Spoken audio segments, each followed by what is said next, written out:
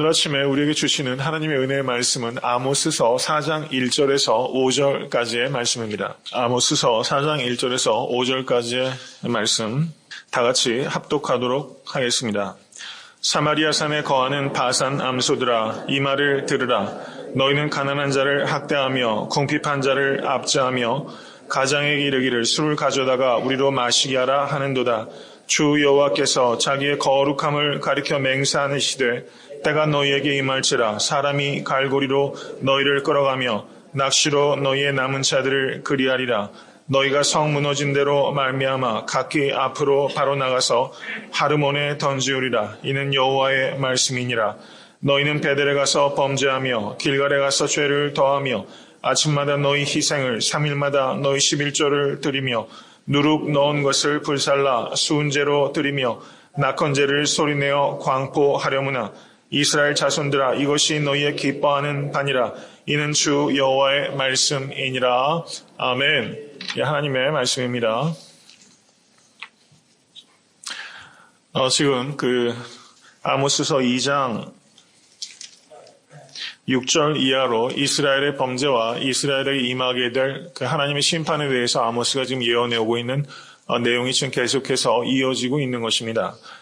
그런데 특별히 오늘 본문 말씀 4장 1절에서 2절의 말씀은 자기 중심적인 생활에 대해서 말씀하고 있는 부분이고, 그 다음에 4장 3절에서 5절까지의 말씀은 자기 중심적인, 4장 4절에서 5절까지의 말씀은 자기 중심적인 예배에 대해서 말씀하고 있는 것입니다.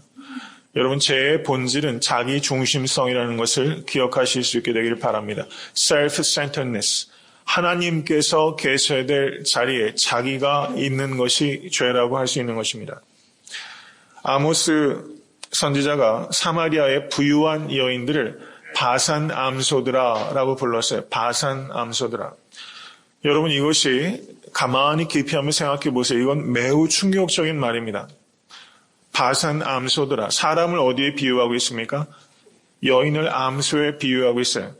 여러분, 이게 적절치 않은 예인지 모르겠지만 제가 만약에 여러분 여자 성도들을 향해서 둘루스 암소들아, 여러분 만약에 제가 이렇게 말한다면 아마 귀를 씻으실 거예요. 도대체 무슨 뚱딴지 같은 소린가. 이거는 매우 모욕적인 언사라고 할 수 있어요. 매우 충격적으로 지금 사마리아 여인들을 향하여 이 아모스가 부르고 있다는 사실입니다. 여기에서 바산 암소들아라고 했을 때 이 바산은 지명을 가리키는 것입니다. 길르앗과 헬몬산의 중간지대에 비옥한 땅이 이 바산 지역입니다.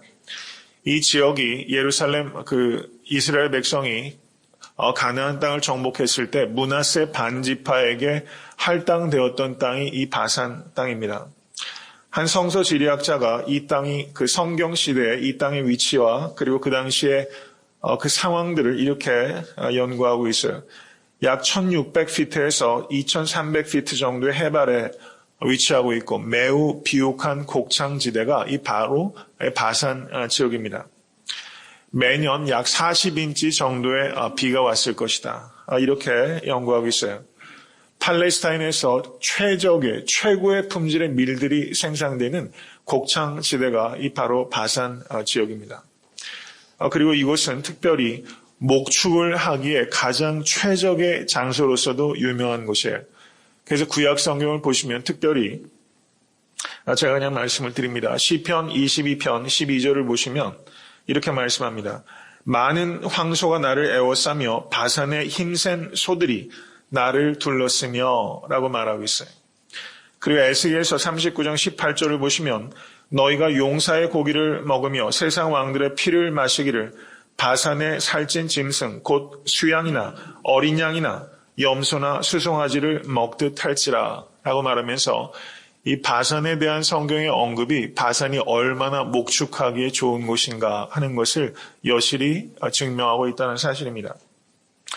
여기서 이 아모스가 이 사마리아의 부유한 여인들을 바산 암소들아 라고 불렀던 것은 그들이 암소처럼 살쪘기 때문에 말씀하고 있는 것은 아니에요. 그들의 외모를 비하하거나 외모를 묘사하기 위해서 바산 암소들이라고 한 것이 아닙니다. 그들의 사치와 향락을 풍자적으로 묘사하고 있는 것입니다. 그리고 그들의 사치와 향락이 어디에서부터 비롯된 것인가? 1절 말씀을 우리 다시 한번 보겠습니다. 사마리아 산에 거하는 바산 암소들아, 이 말을 들으라. 너희는 가난한 자를 학대하며 궁핍한 자를 압제하며 가장에게 이르기를 술을 가져다가 우리로 마시게 하라 하는도다 라고 말하고 있어요. 술을 가져다가 우리로 마시게 하라 라고 하는 것을 누구에게 지금 이야기하고 있습니까? 자기 남편들에게 말하고 있는 거예요. 자신의 사치와 향락을 누리기 위해서 남편을 계속 채근하고 남편을 독촉하고 있는 것입니다. 그리고 이 남편이 가서 가난한 자들과 궁핍한 자들을 착취하고 그들을 억압해서 거기서 얻은 물질을 가지고 자기 아내의 사치와 그리고 향락을 하도록 지금 도모하고 있다는 사실입니다. 여기에서 이 아모스 선지자가 강조하고 있는 것은 이 사마리아 여인들의 self-centeredness, 자기 중심성을 고발하고 있는 거예요. 나 하나 살고 싶은 대로 살기 위해서 남편을 뒤에서 재촉하고 그리고 다른 사람들의 필요를 무시하는 이런 극도의 무감각한 것을 이 아모스 선지자가 고발하고 있다는 사실입니다. 여러분, 우리의 삶을 되돌아볼 필요가 있다는 거예요. 우리의 삶이 얼마나 자기중심적인가 하는 것을 봐야 되는 것입니다. 여러분, 자기중심적인 이 욕심은 한계가 없어요. 여러분, 진정한 행복은 욕심을 채우는 데 있는 것이 아니라 욕심을 다스리는 데 있다는 것을 기억하실 수 있게 간절히 바랍니다. 여러분, 그것이 행복의 비결이에요. 여러분, 그런 문학책도 있지 않습니까? 그런 희곡도 있어요.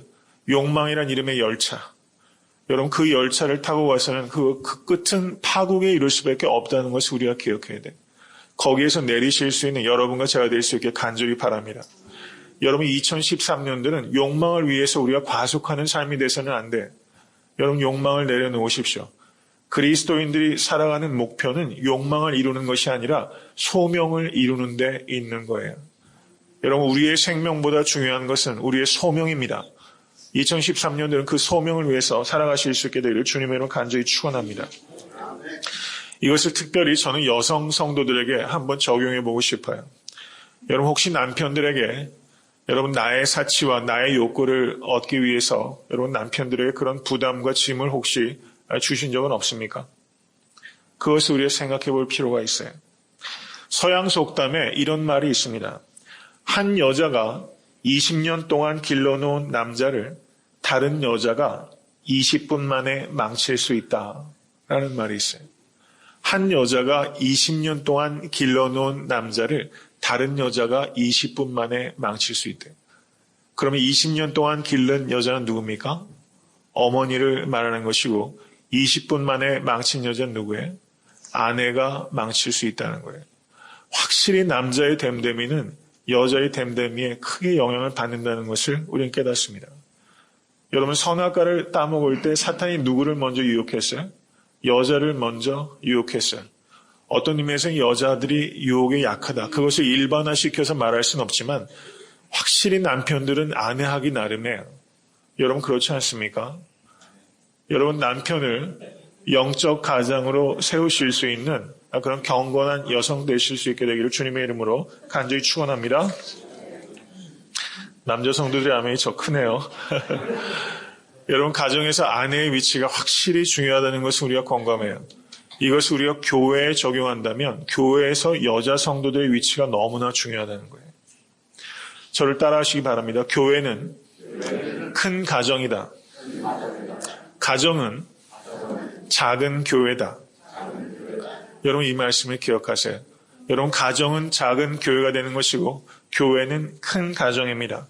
가정에 있어서 아내의 역할이 중요한 것처럼 교회에 있어서 여성의 위치는 참으로 중요하다고 할 수 있어요. 여자 성도들이 행복해야 교회가 행복하고 여자 성도들이 경건해야 교회가 경건하게 되는 것입니다. 여러분, 한번 이것을 여자 성도님들께 한번 여쭤보고 싶어요. 한번 곰곰이 한번 생각해 보십시오. 새 차를 사주는 남편이 더 좋겠습니까? 차문을 열어주는 남편이 더 좋겠습니까? 여러분, 이 질문 한번 깊이 한번 생각해 보세요. 쉬운 질문은 아닌 것 같아요. 새 차를 사주는 남편이 더 좋을까? 차문을 열어주는 남편이 좋을까? 언뜻 생각해 보면은 새 차를 사주는 남편이 더 좋을 것 같은데 여러분 좋은 차 타고 다니는 분에게 한번 여쭤보세요. 차문을 열어준 남편이 사실상은 더 좋은 거예요. 물질 중심적인 삶을 우리가 살아갈 것인가 아니면 관계 중심적인 삶을 살아갈 것인가 이것은 매우 중요하다고 할 수 있어요. 여러분 이 다산 암수들 이 사마리아의 부유한 여인들의 문제는 물질 중심적인 삶을 살고 있기 때문이에요. 여러분 물질 중심적인 삶을 살지 않는 것처럼 어려운 것이 없어요. 여러분 한 사회학자는 이런 말을 했습니다. 성욕보다 더 끊기 어려운 욕구가 물질욕이라고 했어요. 여러분 물욕이 대단한 욕망이라는 것을 아셔야 됩니다. 여러분 물욕을 끊으실 수 있기를 간절히 축원합니다. 그럼 물욕은 어떻게 끊을 수 있습니까? 예수 그리스도 안에 거하여 은혜로 끊을 수 있는 거예요. 물욕은 내 의지로 끊어지지 않아요. 은혜로 끊을 수 있는 것이 물욕이에요. 이것을 깊이 생각하는 여러분과 제가 될 수 있게 되기를 바랍니다. 그리고 4장 4절에서 5절을 보시면 자기 중심적인 예배에 대해서 말씀하고 있습니다. 4장 4절에서 5절 말씀 우리 같이 한번 읽어보겠습니다. 너희는 베들에 가서 범죄하며 길갈에 가서 죄를 더하며 아침마다 너희 희생을 3일마다 너희 11조를 드리며 누룩 넣은 것을 불살라 수은제로 드리며 낙헌제를 소리내어 광포하려무나 이스라엘 자손들아 이것이 너희의 기뻐하는 바니라 이는 주 여호와의 말씀이니라 라고 말씀하고 있어요. 이 이스라엘 사람들의 문제는 자기 중심적인 예배를 드렸다는 데 있습니다. 여기에 보시면 이들이 예배할 때 어떻게 예배합니까? 아침마다 희생제사를 드렸고 3일마다 11조를 드렸다고 말하고 있어요. 이것은 구약성경 율법이 요구하는 것보다 더 잘 지켰다는 거예요. 더 자주 예배를 드리고 그리고 더 많은 11조를 드린 거예요. 율법이 요구하는 것보다 더 종교적인 생활을 열심히 했다라고 할 수 있습니다. 그런데 성경은 뭐라고 말합니까? 그것은 하나님을 기쁘게 하는 예배가 아니라 자기를 기쁘게 하는 예배다라고 말하고 있어요. 여러분 이것이 얼마나 무서운 말인지 몰라요. 여러분 우리가 경건 생활을 하는 것이 자기를 부인하는 것이 아니라 자기를 과시하는 것이 될 수 있다는 거예요. 아침마다 예배를 드리고 10의 1조를 3일마다 드리는 것이 여러분 다른 사람들은 그런 성도를 보면 여러분 경건한 사람이라고 말해요. 어쩌면 자기 자신도 속일 수 있어요. 그러나 하나님을 속일 수 없다는 것을 기억하실 수 있게 간절히 바랍니다. self-denial, 자기를 부인하는 예배가 되어야 되는데 self-display, 자기를 과시하는 예배가 될 수 있다는 거예요. 우리의 헌신이 자기 부인이 아니라 자기를 과시하는 것이 될 수 있다는 것을 경계하시는 여러분과 제가 될 수 있게 주님을 간절히 축원합니다. 이러한 경건의 행위는 하나님을 영화롭게 하는 것이 아니라 자기에게 영광을 돌리는 행위가 되는 것이고 이것은 가증한 것이 되는 것입니다. 누가복음 18장 11절을 보시면 바리새인의 기도와 세리의 기도가 비교되고 있어요. 바리새인은 서서 따로 기도하여 가로되 하나님이여 나는 다른 사람들 곧 토색, 불의, 간음하는 자들과 같지 아니하고 이 세리와도 같지 아니함을 감사하나이다. 나는 일에 2번씩 금식하고 또 소득의 11조를 10의 2조를 드리나이다. 이렇게 말씀하고 있어요. 여러분 이들이 행하는 경건 행위가 뭐라는 거예요? 자기 부인이 아니라 self-display, 자기를 과시하는 것이다. 여러분 신앙생활 하시면서 이것을 생각하십시오. 다른 사람에게 감동 주려고 하지 마세요. 다른 사람 감동 주려고 하지 마세요. 거기에 우리가 빠질 때가 많이 있어요. 우리의 예배는 하나님을 감동시키는 예배가 되어야 되는 것입니다. 우리가 카리스 찬양대에서 찬양할 때도 그리고 트루브랜치 찬양팀에서 찬양할 때도 목회자가 설교할 때도 감동은 하나님을 감동시키는 예배가 되어야 되는 거예요. 우리를 감동하시는 이는 하나님이세요. 내가 누군가를 감동시켜야지. 내 경건의 행위로 누군가를 감동시켜야지. 여러분 그것은 잘못된 동기예요. 그렇게 되면 필경은 외식하게 되고 사람을 의식하게 되는 것입니다. 여러분 교회들을 보면요. 그런 교회들도 있어요. 교회 오케스트라를 잘 갖춘 교회들이 많이 있습니다. 그럼 그 오케스트라에서 악기를 연주하는 사람 중에서 그냥 그 음악대학 다니는 학생들 중에서 그냥 데려다가 살해하면서 예수님도 믿지 않는 그 청년들이 거기서 하나님을 찬양하는 일들이 왕왕 있어요. 여러분 신앙생활 하시다 보면 그런 경우 경험하신 적이 있을 겁니다. 큰 교회에 보면 이런 일들이 굉장히 많아요. 하나님을 부인하는 이들이 앉아서 하나님을 찬양하고 있는 역설적인 상황이 벌어지는 거예요. 이것은 사람을 기쁘게 하려고 하기 때문에 문제가 있는 거예요. 여러분 교회에서 좋은 음악적인 것을 갖추는 것 중요합니다. 우리에게 주신 탤런트를 최대한 발휘해서 하나님을 찬양해야 돼요. 그렇지만 그것이 사람을 기쁘게 하는 게 목적이 되면 하나님을 믿지도 않는 사람들을 돈 주고 사다 놓고 교회의 음악을 하도록 하는 일들을 우리가 버릴 수 있다는 것을 우리가 깊이 경계해야 한다는 것입니다. 여러분 하나님께서 우리 한 사람 한 사람에게 은사를 주신 것을 믿으십니까? 여러분 그 은사를 사용하실 때 매우 각별하게 조심해야 된다는 거예요. 음악적 재능이 있는 사람이 있고 언어적 재능 사람이 있고 어떤 분들은 유머가 있고 어떤 분들은 지적 재능이 있는 분들도 있고 어떤 분들은 영적 은사가 있는 분들이 있어요. 슈퍼내추럴한 영적 은사들을 하나님께서 주신 분들이 있어요. 방언하고 통변하고 그 신유의 역사가 나타나고 영을 분별하는 은사들을 가진 분들이 있어요. 심지어 그와 같은 성령의 은사들조차도 그것이 자기를 집중하게 하는 것이고 자기를 과시하게 되는 것이라면 그것은 하등의 유익이 없고 교회에 큰 짐이 된다는 것을 기억하실 수 있게 되길 바랍니다. 우리에게 주신 은사가 교회에 득이 되지 않고 교회에 짐이 될 때가 굉장히 많이 있다는 거예요. 여러분 제가 누누이 말씀드리지만 설교자조차도 설교자에게 집중하는 설교는 그것은 온당한 설교가 아니에요. 설교자조차도 오직 예수 그리스도의 십자가만을 바라볼 수 있도록 하는 설교자가 되어야 되는 거예요. 여러분 목회자의 의미는 어떻게 갖습니까? 목회자가 전하는 메시지의 가치가 있는 거예요.